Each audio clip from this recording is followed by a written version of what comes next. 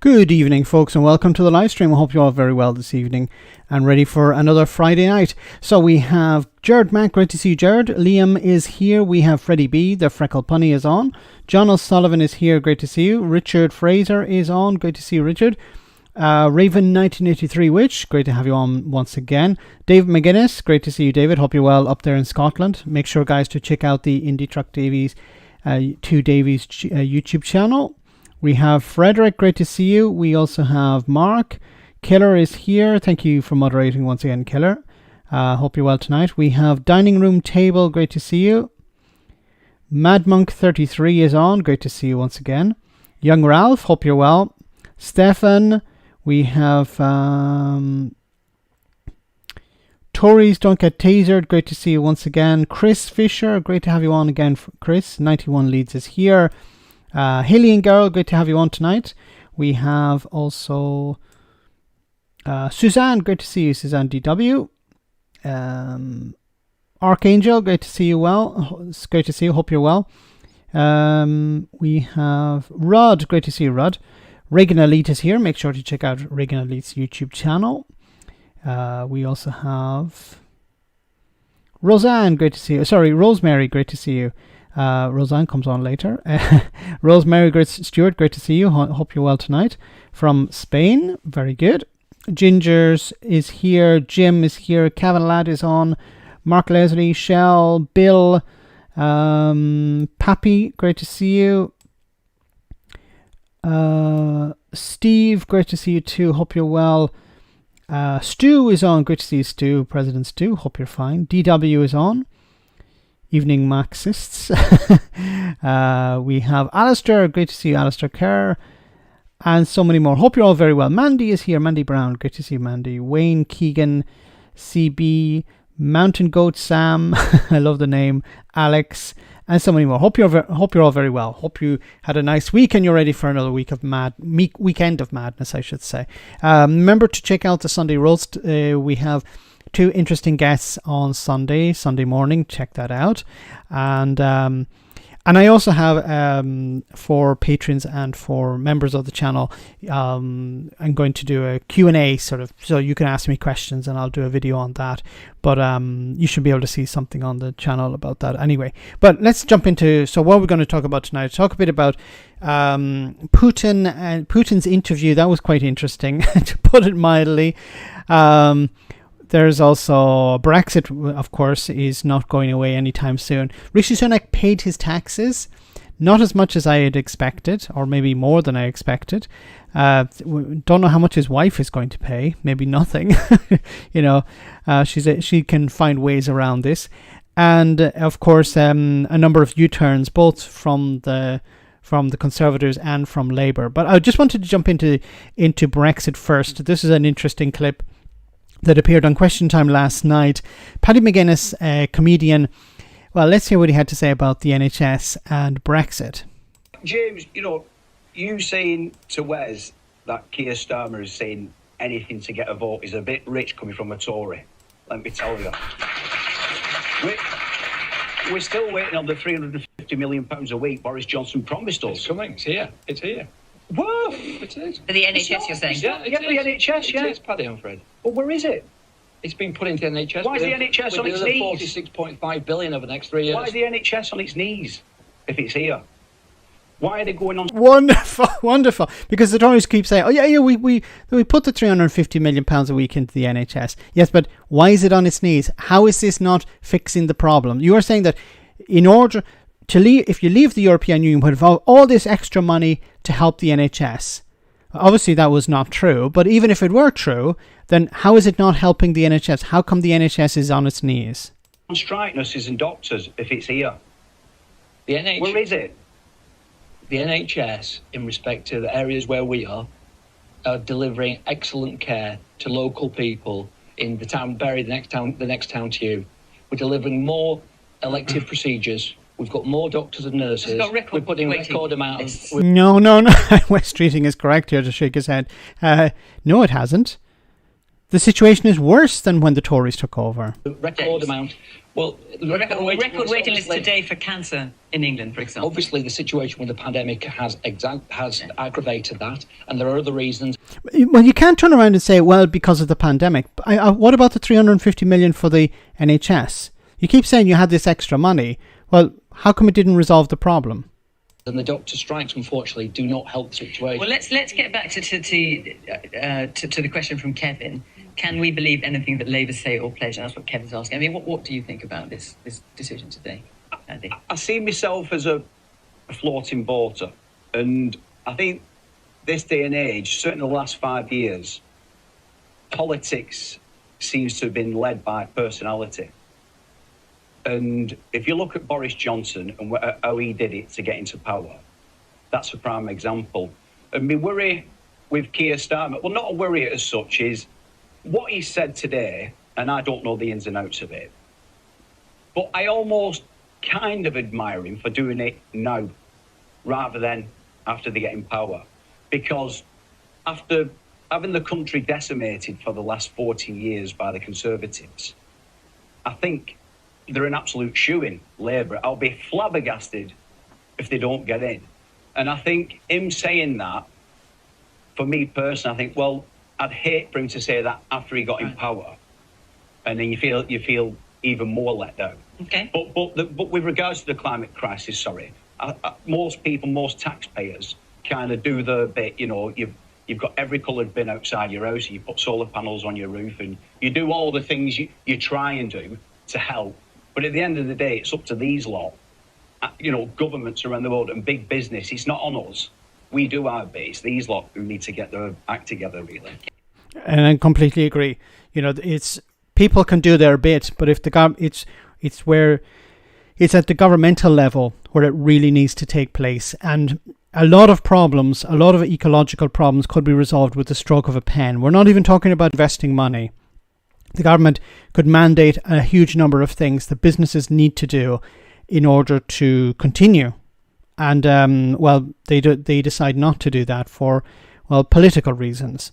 Welcome everyone to the stream, anyone who's just joined. We're talking about Brexit tonight. We're talking about Putin and a number of other issues.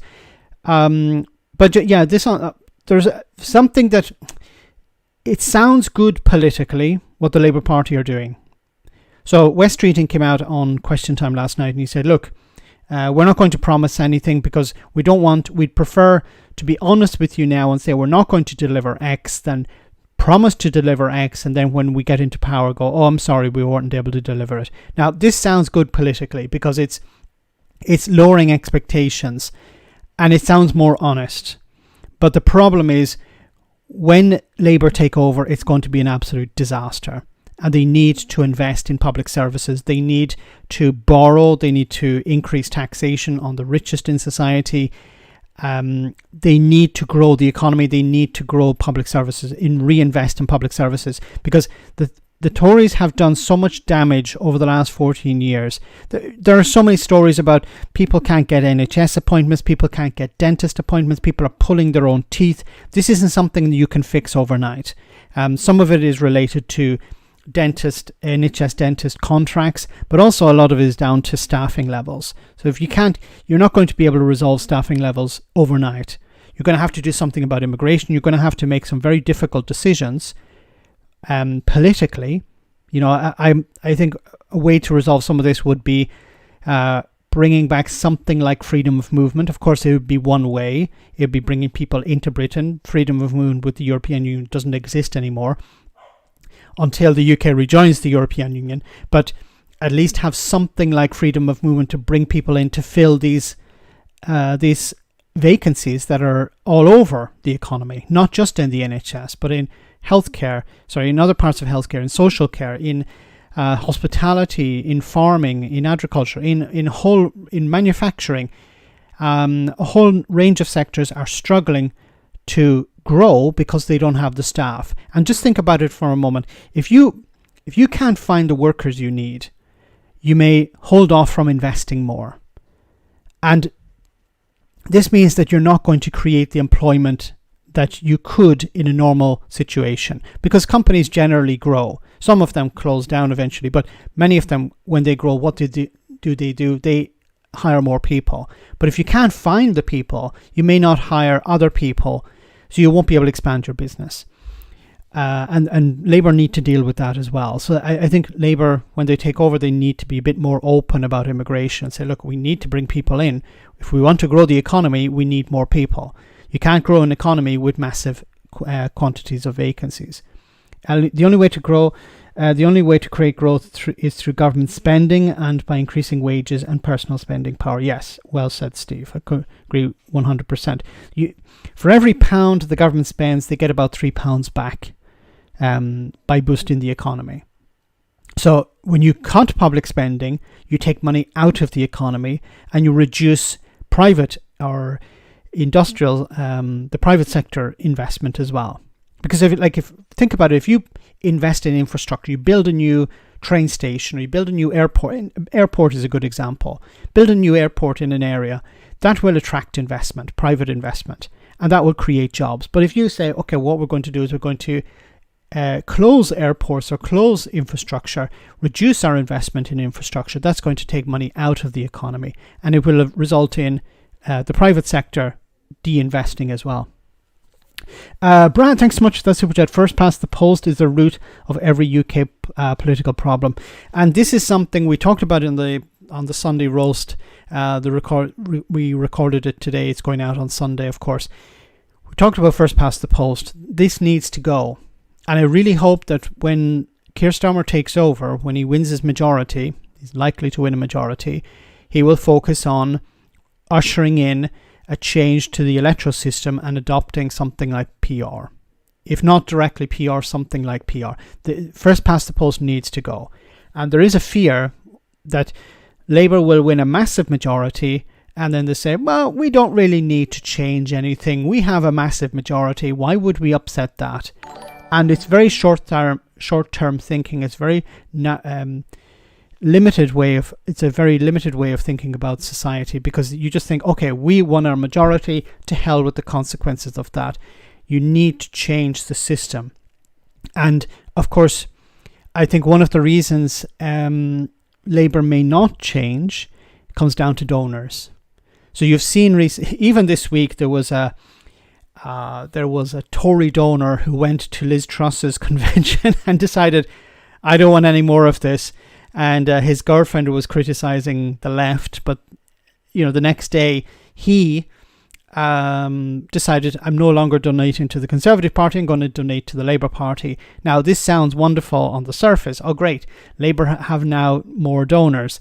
But as I keep saying, and I've said in the past, donors generally want something in return. Not always the case. Okay, sometimes they may say, look, I don't want the Tories to get in, so I'm going to help the Labour Party out. Or I like what Labour are doing on some social issue. I'm going to give them some money to help them along.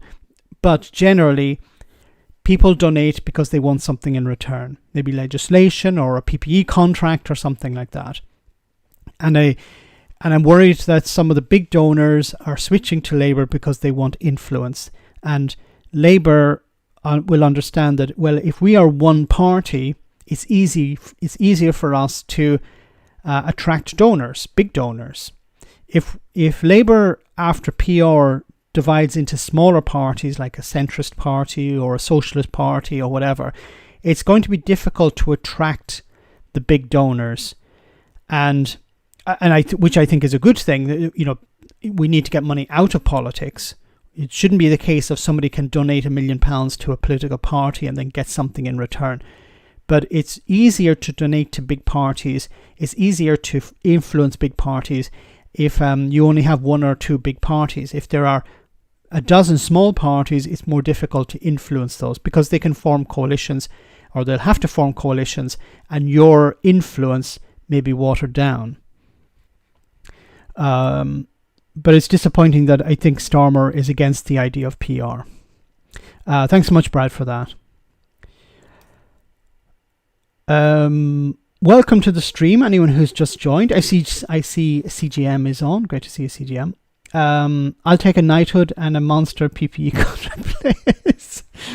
Something needs to be done to stop donors into political party. Donations into political parties. I think the one way of doing it is through PR.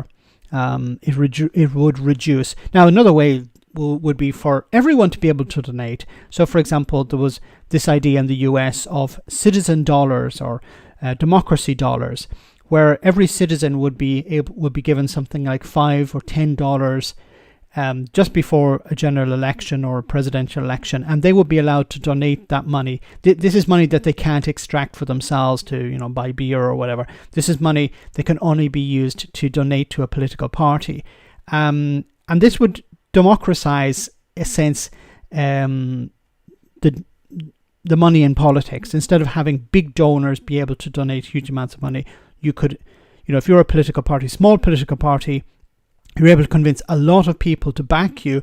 That would be like having one single big donor, and of course you'd be selling something positive to a lot of people, which would be a lot better. Alistair, thanks so much for that super chat. Well done. Well, Max, are the Tories, in my opinion, hedged bet?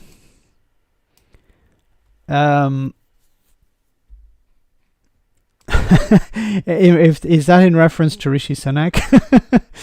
I think with the Tory, look, when it comes to the election, I think the Tories are certainly out. There's one poll, I think it was a sort of extreme poll, was published today with the Tories coming in fourth place after the SNP and the Liberal Democrats. So it'd be, what was it, Labour, Liberal Democrats, SNP, and then I think it was the Conservatives, and then Reform or Independence or something. This is an extreme poll. It's not something that's likely to happen, but maybe we could get Rishi Sunak to bet on that. Thanks, Alistair. Sticking with Brexit a bit more, in this story that dropped today, Doverport health body fears gangs of meat smugglers looking to bypass new post-Brexit checks. So because the Port of Dover is not up to speed with preparing for Brexit, remember, this is a massive problem. When the UK voted to leave the European Union, the European Commission told many member states, prepare for Brexit, prepare for the UK to leave the European Union. Now, at the time, many people were saying, well, why are they preparing so early? The UK hasn't even decided to leave yet. But the European Commission felt it's better to prepare and not need the infrastructure, prepare and not need to implement these things, than not to be prepared and have to do all of these things at the last minute. So the European Union, in a sense, prepared for Brexit, while Brexiteers were saying, no, there's nothing to prepare, because remember, the EU needs us more than we need them. And they told the voters, don't worry, there'll be no disruption, or there'll be minimal disruption, maybe a quibble, nothing serious to worry about. Well, obviously that was not the case. That was a lie. And councils now had to foot the bill when it came to new infrastructure being put in place to carry out checks, along with the companies who are running the ports. Do you work in finance, Max? I'm just wondering.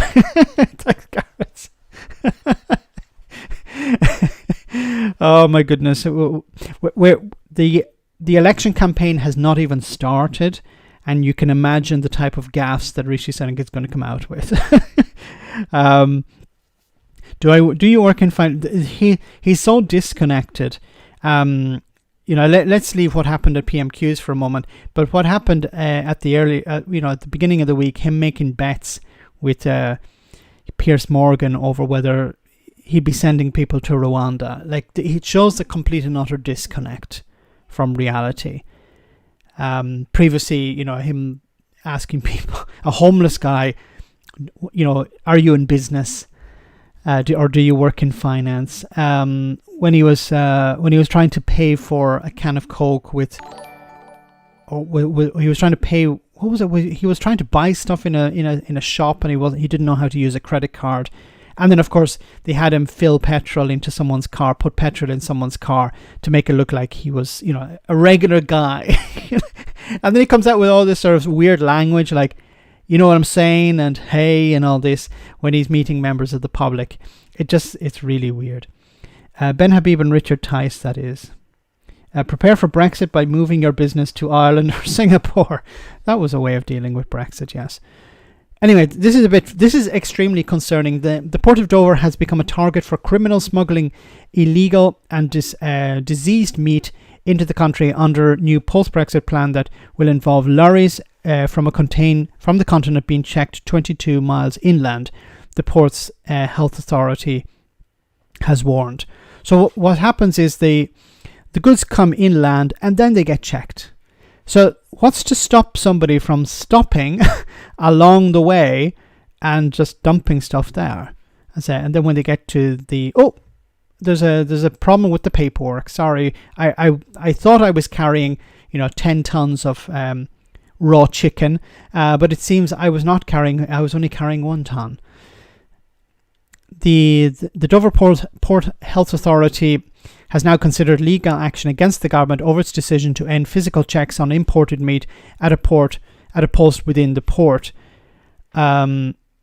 Instead, lorries will be redirected to a new checking facility half an hour's drive up the M50 at Selvington, Ashford. Lucy Manzano, the head of the authority, said that as a port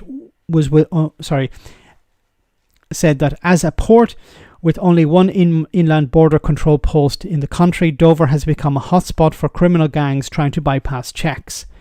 She said, these goods will now come through Dover without interception at the port, with the anticipation and hope that drivers will self-present at the facility 22 miles away. 22 miles. 22 miles. This is insane.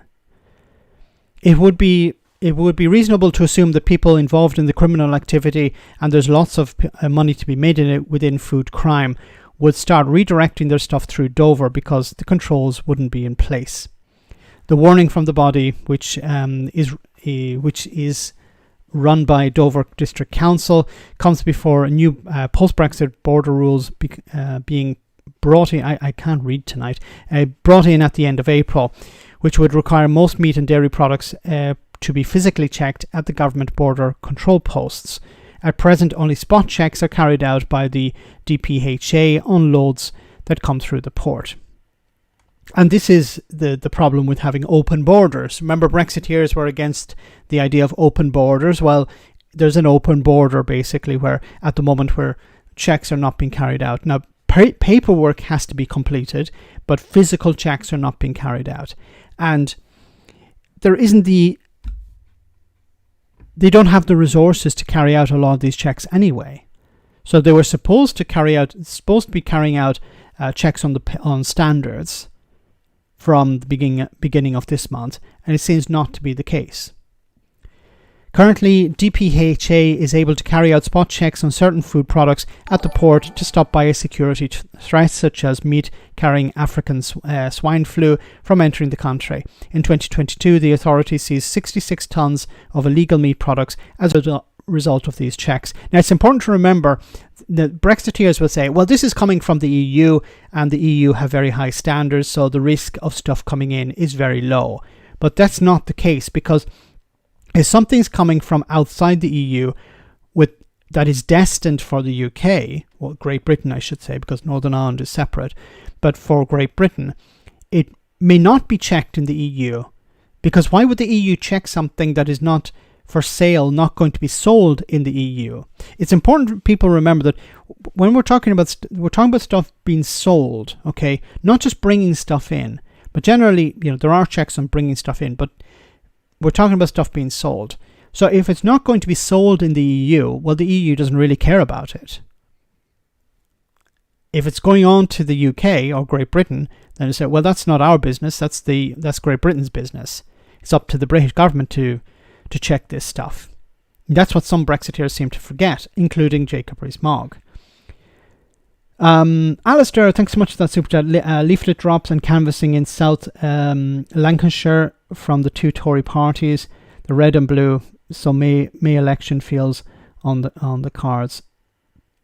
On the cards, Max. A May election, you feel that there may be... This wouldn't be because of the local elections, the campaigning for the local elections in May.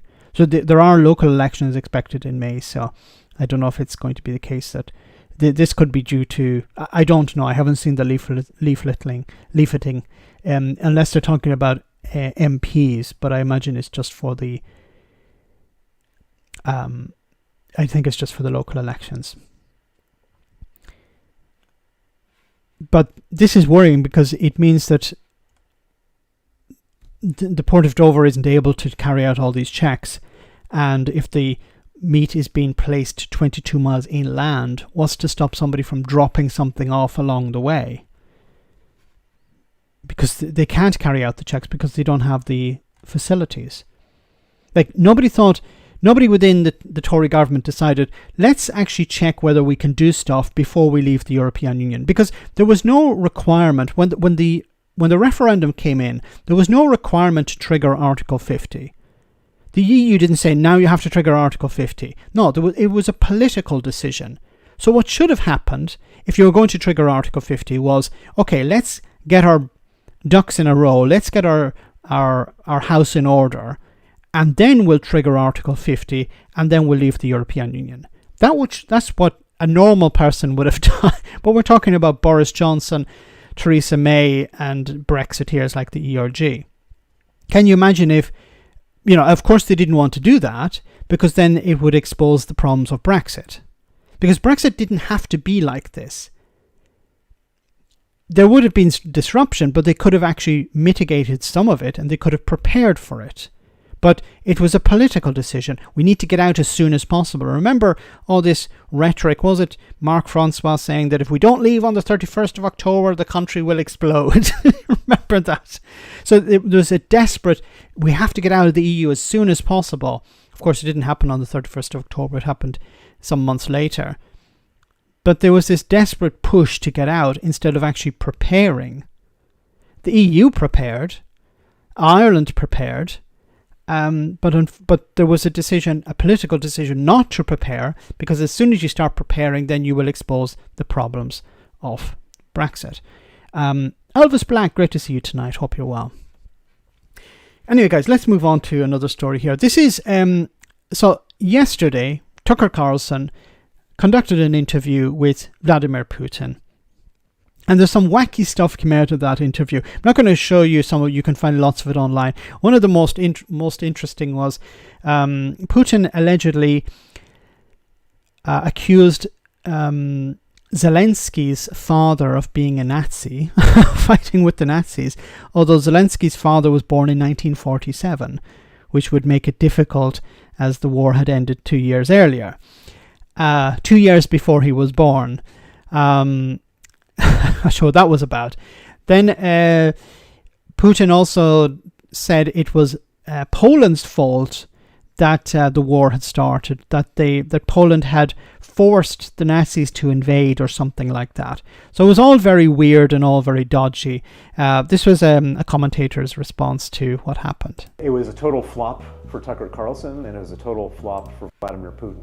It wasn't an interview, it was a monologue in which Putin displayed all of his worst personal characteristics. He didn't charm anybody, he didn't engage with anybody, and he didn't convince anybody of anything that he had to say.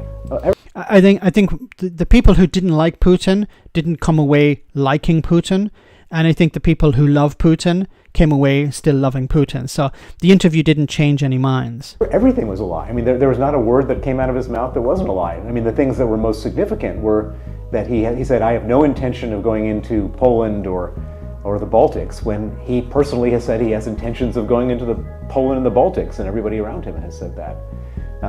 He said that effectively the reason for going into Ukraine was NATO enlargement, when that has nothing to do with it. NATO has been enlarged since he went into Ukraine, and he's not fighting wars with Finland and Sweden. What is it that you think draws people like Tucker to be so openly pro-Russia? Well, I think that they're hoping that sort of Putin would be on their side in terms of all their sort of agenda items, but he didn't do any of the talking points they wanted yesterday. He just went on his own sort of crazed fever dream of nonsense, and I think you could see it on Tucker's face that he was disappointed. Putin is he's basically needs to be at war in order to stay in power. And if he succeeds in Ukraine, he's going to move on to the next place. And if he succeeds in scaring us out of NATO, in other words, to say that we're not going to defend Estonia or Latvia, then the world is his oyster. He can take it whatever he wants. And that's what he wants. We saw it with Brexit as well. He was demanding that Theresa May go ahead with Brexit. Now, why would Putin care about Brexit? Why would he care whether the UK left the European Union or not? Of course, he wants disruption. He wants his enemies divided, not united. And I think this is one of the... Look, when it came to the Russia report in regards to Brexit, the British government decided not to investigate Russian interference. They didn't say it didn't happen. They were like, we're not going to investigate it, which was very interesting. Alistair, thanks so much for that super chat. Wasted 2 hours watching that, Max. I'm sorry. I saw clips of it and it was really wacky. And I think Tucker Carlson got a bit of a promotion for himself, but it's not going to stand the test of time. It's not going to go down in the annals of history as one of those great interviews with a dictator or something like that. That's going to last. That's going to be followed by millions. The people who liked Tucker Carlson believe he did a good interview. The people who don't like him believe he didn't. And the same with Putin. Carlson had his head so far up Putin's. I couldn't tell if he was speaking or farting. It was horrible to watch. Yes, it was really this sort of ass kissing. It was, you're supposed to go there. You're supposed to challenge this guy. And even Putin took the piss out of Tucker Carlson on a few occasions. In one case, he said to Tucker Carlson, "You weren't even able. You applied to the CIA and they wouldn't even let you in." Insulting him. But what could Tucker Carlson come back with? You're not going to insult Putin to his face. You'll end up having an accident with a window or tea. And Putin would have no problem dealing with Tucker Carlson in that way. I think it was a pointless interview. There's nothing has really changed in the minds of Putin's supporters or his opponents. Pronounced Lanarkshire, sorry, as Lancashire. Max, sorry about that, Gareth. But it'd be interesting to see if there is. I'd like to see the leafleting. Is it for the general election or is it for the locals?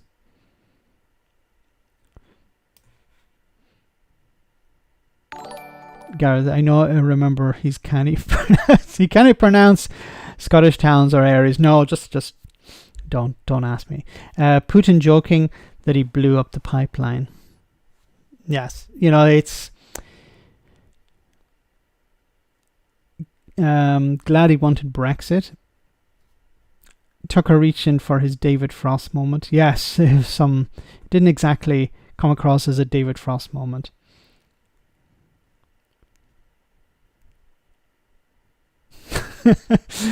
An accident with tea.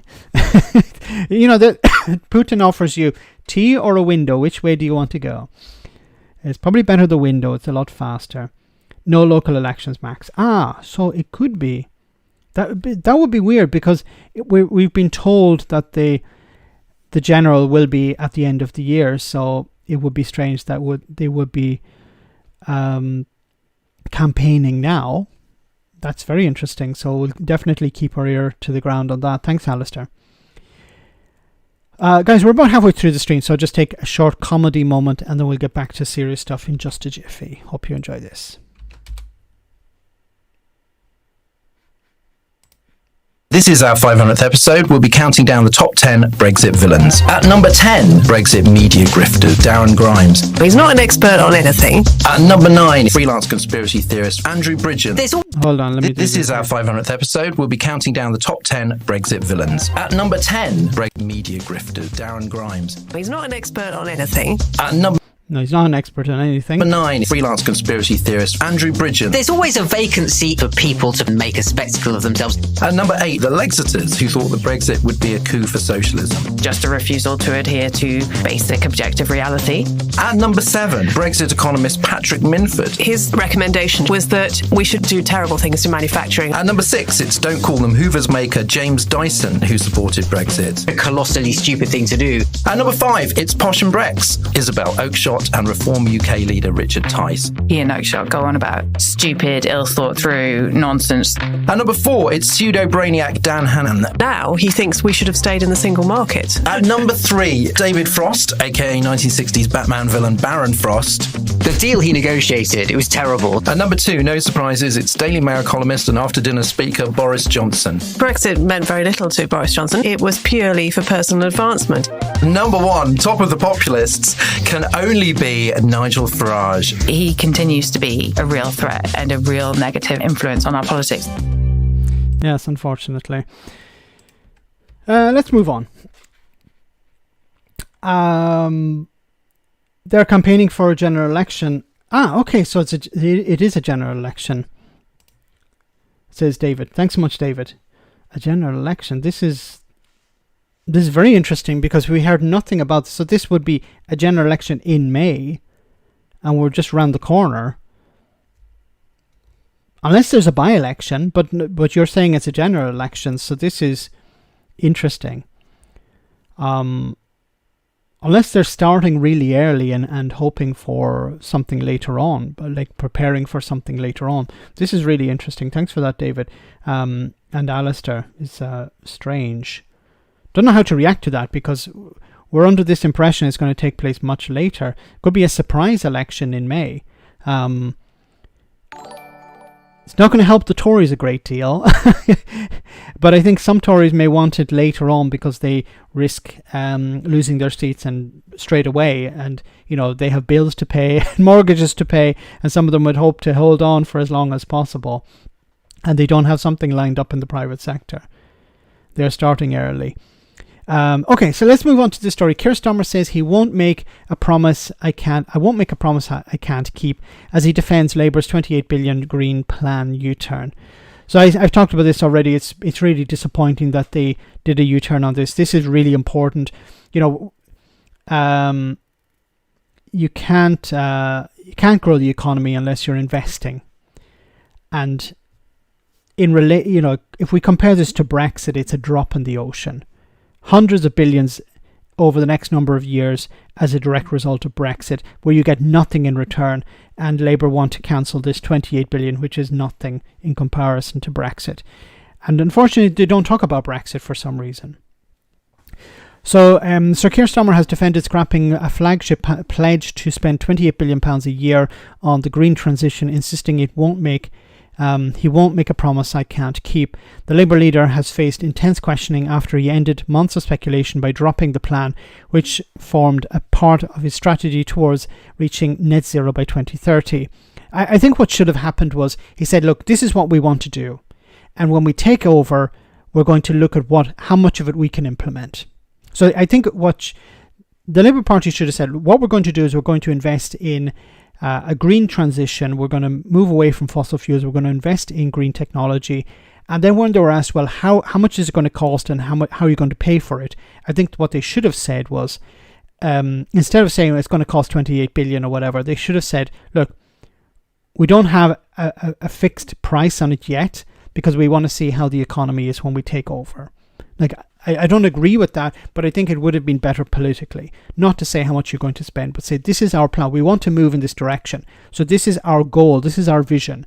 But how much we're going to put into it depends on what the situation is with the economy. So we'd like to spend a lot, but we have to see how the economy is. If the economy is in a bad situation, then we'll have to adjust how much we'd like to spend.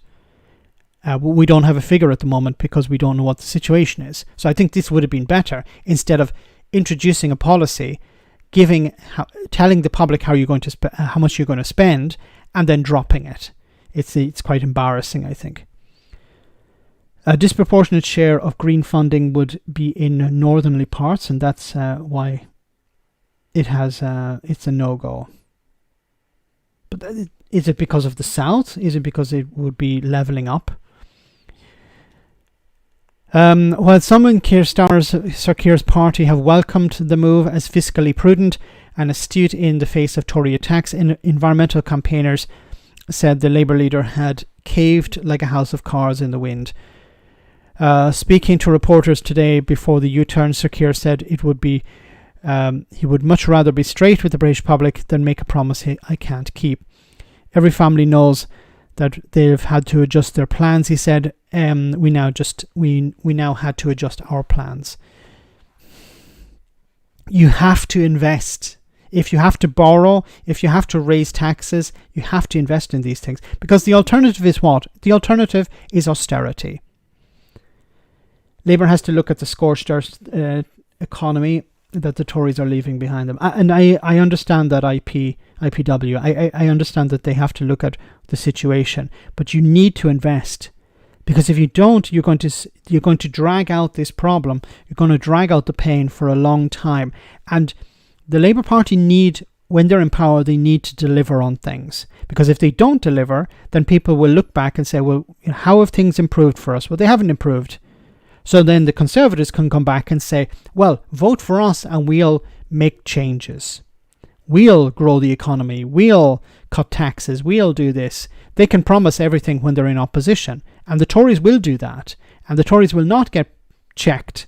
They will not be asked to provide how much or how they're going to pay for stuff, because the media don't ask these questions. But if Labour can win the election on just saying we're not the Tories, but they can't win the next election by saying we're not the Tories. They need to implement something. They need to have policies, and they have to be able to show that things are improving. Climate change is sorted. 30p planting more. Said DW. Yes.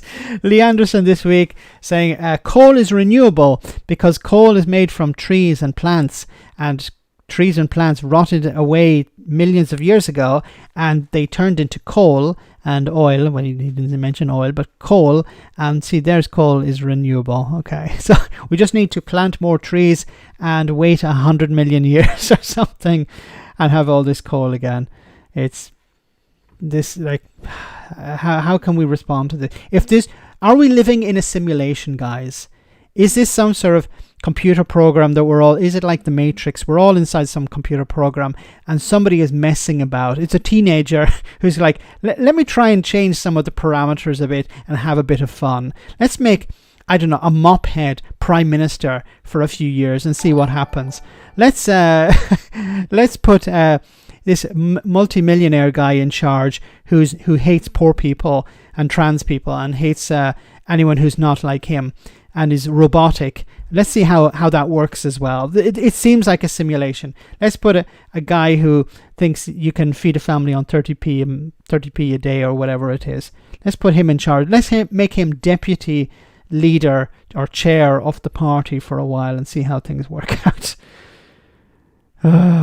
What a Cupid stunt. Yes, well said, Bill.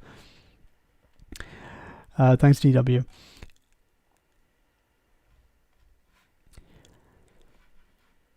But anyway, back to Keir Starmer. It is disappointing because I think you need to invest in the future. It's small. It's not a huge amount of money, and you'll have massive amount of money back because if you move to renewable energy, you'll reduce bills for people. If you're able to insulate homes, this will reduce costs. People will have more money in their pockets and they're able to spend it. If people at the moment are spending a lot of money on energy, what if they could spend that money on other things, like buying a new car or upgrading their home or going on holiday or something like that? Wouldn't it be better if they could do that? Because they would actually invest in the economy. Brad, thanks so much for that super chat. Or they could start a business if they could save a significant amount of money. If a diehard Tory man came home to find Sunak sleeping with their wife, the man would blame Starmer for it. Yes, it was. It's Labour's fault. You know, what they did. He was, you know, Keir Starmer was sleeping with my wife before 2010, and it's his fault. It's always somebody else. It's always somebody else's fault. You notice this? They never take responsibility. Never say, actually, yeah, we made a mistake. I've said before, I'd actually have more respect for people if they said, yeah, I actually made a mistake and I'm going to try and fix it. Building their nuclear bunker. Yeah. So this is a story. It seems to be the case that in Teesside, I think it's Teesside, they're going to build an atomic power plant. A private company is going to build one. I don't know what's going to happen to the waste. Who's going to pay for the waste disposal? Who's going to pay for security? And if something goes wrong, will the taxpayer have to pick up the tab? Of course. So it'd be a private company making lots of money. And would this reduce the price of energy? Probably not, because it's a private company. Because they won't be competing with other private companies. Or I don't know. Don't know who the company, and I hope it's not a Tory donor, because then it'd be like, okay, let's give this contract to Michelle Moan. She done so well with PPE contracts, so let's give her that. Anyway, as we were talking about elections, there was this story. My God, why do they start a video with a bloody alarm? Let me try and make this maximized. You should be able to see it a little bit better. Okay. Game day is fast approaching. One down.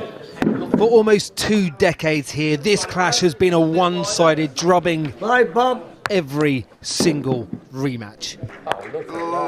Hard luck. A clear path for the Blues, but now they face an insurgent from the right. But will that just make it easier for the Reds to sweep through? Do you still think you might be tempted to vote Conservative? Yes. Yeah, purely just because I want to see them have the chance to pull everything round. In actual fact, I'm not overly keen on the Conservative at the moment, per se. Although I've been a town councillor and basically a Conservative councillor for some years, but I'm afraid at the present time I'm somewhat disjointed with the whole government at the moment. Yes, I have always voted. Always. It's been my duty to vote, and I will not be voting anymore for any of them. A by-election is coming to Wellingborough. Next week, the people of this market town in Northamptonshire will decide who replaces this man. I'm going to see what... Oh, Peter Boner. The Prime Minister wants to talk to us about. Peter Bone was kicked out of the Conservatives and then kicked out of his job as MP after Parliament's behaviour watchdog found he'd broken sexual misconduct rules, which he denies. The person now running to be his Conservative replacement is his girlfriend, Helen Harrison. It's like a joke. So Peter Boner was kicked out and he's no longer running. So his girlfriend is going to run instead. Getting an interview with Helen Harrison, though, is tricky. Well, that's rung out, so let's try another. Like, not even meeting with the media, there's an opportunity for you to talk about your policies, talk about why people should vote for you. I think it's like, let's run on the fumes of Peter Bone, Peter Bone. Let's just run on his fumes. Hopefully his popularity will get me over the line. Just don't give any interviews, don't talk to the public. The number? We were wondering what the chances are of being able to talk to Helen Harrison. We'll come back to the Conservatives, but hoping to capitalise on some Tory disenchantment. We are here today from the Reform Party. Is the Phoenix born from the flames of the Brexit Party? Almost 63% of people voted for Brexit here. It's seen as fertile ground, though there is still some stiff opposition. We're looking to do cheaper energy.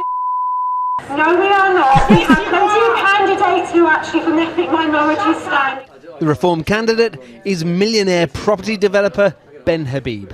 If you want a reduced state intervention in your life, you want reduced taxes, you want deregulation, you want to reduce dramatically immigration. It's all about reduction. It's the Brexit mantra. Reduced immigration, reduced regulation, reduced taxes. And people will, unfortunately, some people will buy this. He's not going to win the seat. He'll be lucky probably to win back his deposit. But he's going to split the vote and he's going to punish the Tories. You want to stop the boats. If you want all of that, you vote Reform UK. Neither the Conservative Party nor the Labour Party promise any of that. See, a problem for him is that he's not from the area. So why would people vote for somebody who's outside the area? Like, you're more likely to vote for somebody from the area, unless it's a big name like Boris Johnson. One of those things you're promising, though, yeah, they're national issues. If you get elected, absolutely, you're going to be the one and only Reform MP. You're not going to be able to change any of those things. I will be able to first of all, if I were to be elected, it would be a political tsunami in Westminster. For the first time, the Conservative Party will have a real challenger in the opposition benches. What? You'd be on your own. Like, you'd be like the DUP. What sort of threat is the DUP to the Conservatives now? No threat whatsoever. Reform risk splitting the right-wing vote, though Tories fear. Their success could come at Conservative expense. Isn't it the truth that a vote for you is really a vote to let the Labour Party in around here? No, absolutely not. But Labour is a party on the march. Their candidate, Jen Kitchen, is hoping to do here what's been done elsewhere in recent by-elections, overturn huge Tory majorities. Selby and Ainsty, 20,000 majority, Mid-Beds, 24,000 majority. You're only facing an 18,500. This should be a walk in the park, shouldn't it, compared to those others? It's just a massive mountain to climb. It's a strange time where we think 18,500 is the smaller majority. So when you're knocking on these doors, how much of the messaging is what you can do locally, or Labour as a party nationally, or just we're not the Tories?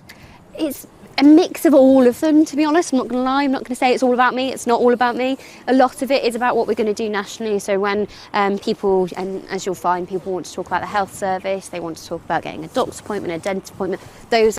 A big problem also is that this seat will probably disappear at the end of the session. So she'll be in the House of Commons for a few months at most. The national policy, but then there are a lot of things that are local. We used to be a tourist town, we used to have a tourism industry, we don't have one anymore. We used to be a market town, we don't have a market anymore. A deciding factor here, though, could be the Reform Party. Not that Labour want to admit it. But are they eating into your votes or Tory votes? I'm yet to see how they will kind of eat it, what votes they will eat into. Obviously, we want them to run a good campaign because it keeps me on my toes, if nothing else. And because it eats into Conservative voters. You could say that, but I want to make sure that, I'm on it and that I'm delivering a good campaign for Labour. Look, people are, I keep saying this, it's a referendum on the incumbent. Are people going to vote for the Labour Party? Yeah, because they don't like the Tories. But this is why it's so important that when Labour take over, they need to do something for the public. Because they can't run on, well, we're not the Tories. They could win a massive majority and still hold on to lose some of that majority at the following election, but they need to implement stuff, otherwise they're going to lose seats and lose support pretty quickly. 3, 2, 1. Labour are throwing the kitchen sink at this race. Frontbenchers campaigning en masse. It's Ed Miliband, and I'm talking to you. Rachel Reeves has been here, as have Wes Streeting, David Lammy, and many, many more. In comparison, barely any Conservative MPs have been to Wellingborough. Rishi Sunak has declined to endorse the candidate, and that's pretty bad. Like, you have the Tory candidate, and Rishi Sunak is not backing the candidate. Like, how terrible is that? It's not like he doesn't have the time to turn up. He's not even backing the candidate. Why? Well, because it's going to lose. She's going to lose, and this would be an embarrassment for Rishi Sunak. So what he's doing is he's putting as much distance between him and the losing candidate as possible, and then when she does lose, well, what they'll say is, well, that it was a local issue. It was because of legacy issues, because of Peter Bone, nothing to do with the Prime Minister. The Prime Minister is focusing on the people's priorities. It's like it's fixed in stone. This is exactly what I can guarantee you 100% guarantee. If the Tory loses, it's looking likely she will lose. If she loses, I can guarantee you the next day or that evening, when the Tories are interviewed about it, they say it's local issues, it's legacy issues, nothing to do with the Prime Minister. The Prime Minister is focused on the people's priorities, stopping the boats, growing the economy, blah, blah, blah. And they will not even reference probably won't even mention her name. I can guarantee you that. The candidate is still declining to talk to us. She's out canvassing at the moment. Thank you very much. Have a good day. Working away at a local care home, nursing her own mum today, is former police officer and Lib Dem candidate Anna Savage-Gunn. The centrepiece of her campaign, she says, integrity. We're a proud lot, Northamptonshire, and at the moment it's not looking, it's a bit embarrassing. Is that how it feels? That's how I feel, that's why I'm standing. And I know a lot of people are as angry and frustrated at politics and politicians. Is there anyone else senior from the local Conservatives that we could speak to? We never did get our interview with Tory candidate Helen Harrison, who is a respected local councillor, but she did say this to her local paper 3 weeks ago. But you know what I think the people of Wellingborough and Rushden are really concerned about at the moment is actually why Labour won't support our plans to stop the boats and reduce immigration. It's issues like that people are going to be voting on in this by-election. No, okay. They won't be voting on local issues, like stopping the boats. Okay. Many of her constituents, though, think her candidacy is distracting from those issues. Has it affected how you're going to end up voting in the by-election? This will be the first time in I won't tell you how many years, but yes, it will be, yeah. So, can I guess from that you're a Conservative voter and now you're tempted not to vote for the Conservatives? I'm just going to change my vote. Labour. Have you always been a Labour voter? Not really, no. Okay, so why are you changing your mind this time? I just give up on the Conservatives. So, how are you feeling about the by-election? Not really bothered. And are you happy with Helen Harrison as the candidate? Been a bit of controversy around her. There is, but there isn't anybody else. Just 1 week until the by-election. This could be yet another constituency soon dancing to a different beat. I love these expressions they use at the end of these reports. Yeah, so it's not looking good for the Conservatives, and this added a bit of insult to the injury. Local authority leaders criticise Sunak's call for restrained council tax rises. So councils, of course, many of them have already gone bankrupt or technically are going bankrupt, and Rishi Sunak has called for them to restrain raising taxes. So, of course, what he wants is councils all over Britain, but in particular Tory councils, not to raise taxes, because this would make it look bad for the Conservatives. It's about lowering taxes. So, but if they don't raise taxes, they're not going to be able to fund public services, and they will become insolvent. And then the central government has to step in and provide basic services. So they need to raise taxes. They need to create finance. They need to be able to get out of this fiscal hole that in many cases the Tories have dug for them. Okay, guys, we want to move on to some other stories here. Northern Ireland for a moment. This was Northern Ireland's First Minister Michelle O'Neill attends police graduation in First for Sinn Féin. So it shows how Sinn Féin have changed over the last 25 years and how things are moving as Sinn Féin take up the role as First Minister. So Northern Ireland's First Minister Michelle O'Neill has attended a police graduation. Now this seems normal. If you're not familiar with Northern Ireland, you're not familiar with Irish history, you probably think, well, what's so special about the Northern Ireland? What's so special about the First Minister attending a police graduation? Well, you have to remember the relationship that existed between Sinn Féin, the IRA, and the RUC, the Royal Ulster Constabulary. Of course, the RUC was disbanded following the Good Friday Agreement, and a new police service took over called the Police Service of Northern Ireland. And the role of the goal, I should say, of the Police Service of Northern Ireland was to have a more balanced approach to policing, so to invite more Catholics, to be frank, to have more Catholics on board, because the RUC was seen as a predominantly or only Protestant police force. And of course this created a lot of problems in Northern Ireland, and the relationship between the RUC and the Catholic community was strained, to put it mildly.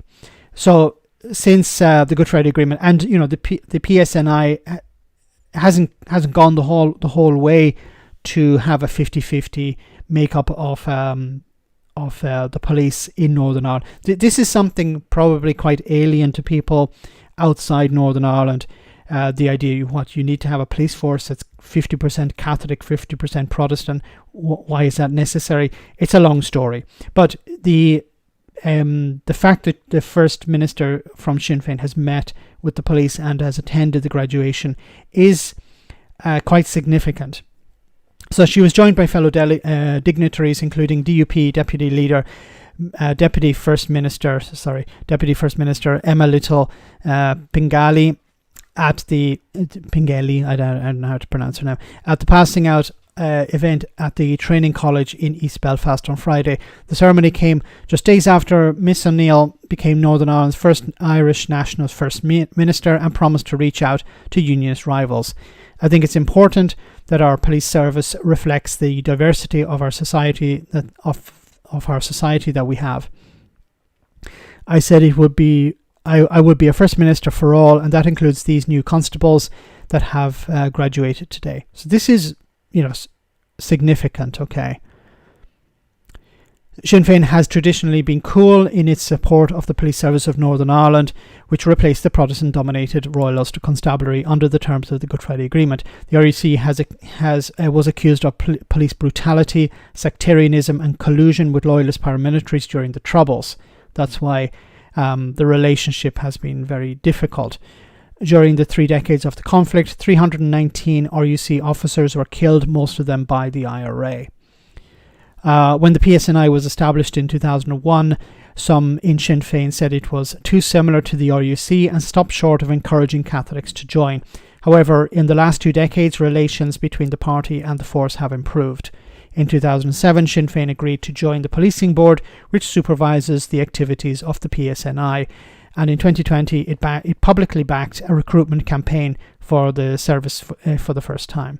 So there has been a massive change taking place within the PSNI, but also within Sinn Féin. Sinn Féin becoming, I hate to use this term because it sounds condescending, but more mature as a party, and I don't mean that in a condescending way. It has become a more open party.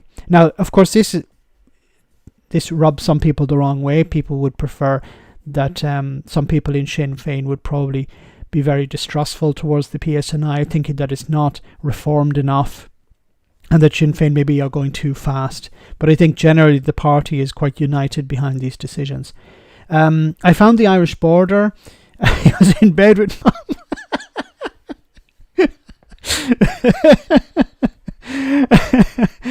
I said, Jared. Thanks for that. Oh my god, we need more of Jared. I should do a live stream just with Jared Mack. Oh my goodness. So much for democracy. So that's a good story. It means that things are moving in the right direction.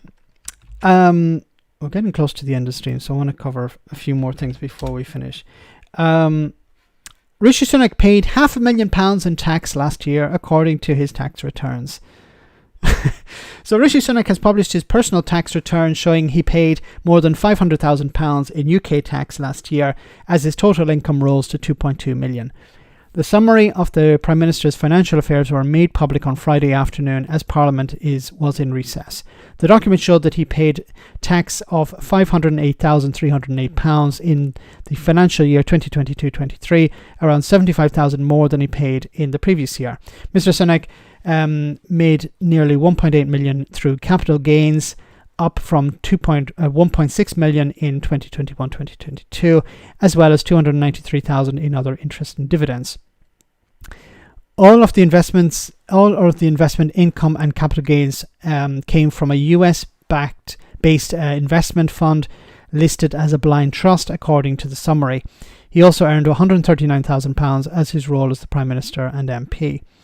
Critics pointed out that he paid the same effective tax rate as a teacher, despite raking in millions more. This is because most of his earnings come in the form of capital gains, which are taxed at a lower rate. Now, this is what should be happening, and I really hope that the Labour Party change this, that they link the tax rate of capital gains to income tax, because then people who earn a huge amount of money through capital gains would end up paying the same rate as people who earn their money, from working. Because capital gains is not where you're actually working. You're not earning money through work. You're earning money through capital gains. So you're selling shares or selling property, or you have dividends or something like that. And this is taxed at a different rate than income tax and national insurance. So, but Rishi Sunak doesn't earn much money through that in respect to his regular salary. And this is a massive problem, because some people are making huge amounts of money by not working. Remember, this is not working. This is their money working for them. And they pay a lower rate than people who are actually running the economy. Teachers, doctors, nurses, everyone else is paying the normal rate, while the very rich in society, of course, make most of their income through capital gains. The document showed the Tory leader total income was up 13% from the previous year, rising from 2 to 2.2 million. It's, it sounds like of course his supporters will come out and say, oh, look at all this money that he paid. Yes, but he should be paying more than that. If you earned it through working, you would pay more than that. Okay, guys, we're almost at the end of the stream, so I just want to cover this final story before we go.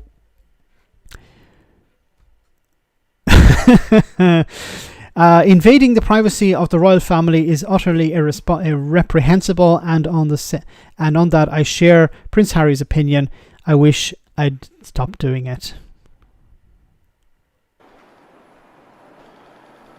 Good afternoon. Good afternoon, guys.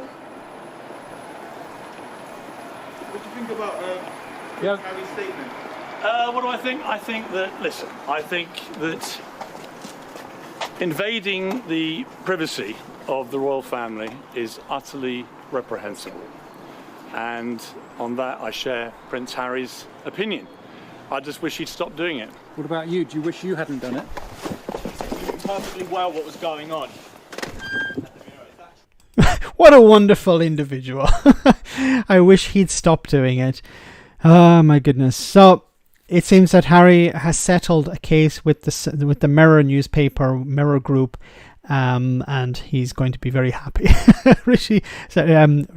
Harry is going to be very happy. Piers Morgan, not so happy. It's possible that Piers Morgan could actually be taken to the cleaners over this, which would be wonderful to see. So guys, I want to say thank you so much to everyone who came on tonight. Thank you everyone who sent a super chat. Thank you so much for your support. Thanks to the moderators for doing a wonderful job tonight. I was expecting some Putin bots to come on, but I think you managed to keep those at bay. So have a great weekend. Remember to check out the Sunday roast for our latest episode. Wonderful guests as always. Before we finish, we have our one for the road, so hope you enjoy this before we go. I'm proud to announce a new organisation called NotCon, because we're conservatives, but we're not those conservatives. And also, it's not a con. Yes, the Conservative Party has been in power for, well, technically nearly a decade and a half, but we're not those conservatives. anymore. We're the proper Conservatives. Although we're not PropCon, that's a separate organisation. We want to be the voice of the voiceless, the power of the powerless, and the heart of the heartless. This country, and by country I of course mean England, is full of secret Conservatives. People who don't talk about it because they're worried about the effect it would have on their workplace or their family or their conscience. We believe in democracy. If you vote Conservative, then Conservatives get to do what they like. We don't need lefty judges or lefty lawyers or rules or conventions or international obligations to tell us what to do. No, we get to do what we like. If people don't vote Conservative, it's a very different matter. Checks and balances are vital. The left have been on the march. I mean, quite literally in many cases. So many marches. I mean, where are our marches anyway? Just because people don't want to come out and march with us doesn't mean they don't like us. They just don't want to be seen in public with us. And it's very different. That's why all of our marches happen in secret, in the dark. We've spent too much time worrying about getting invited to North London dinner parties. Let me tell you, I don't get invited to many North London dinner parties. Not since the incident. In my defence, I was sure that chicken was vegan. We're environmentalists. We want to leave this planet in a better state than when we found it. And personally, I think warmer is better. Am I stupid enough to believe this, or am I just being cynical? NotCon is about never having to make that choice. The problem is that lefties have got everywhere. They're in every institution. The only place I'm sure isn't woke is inside my own brain.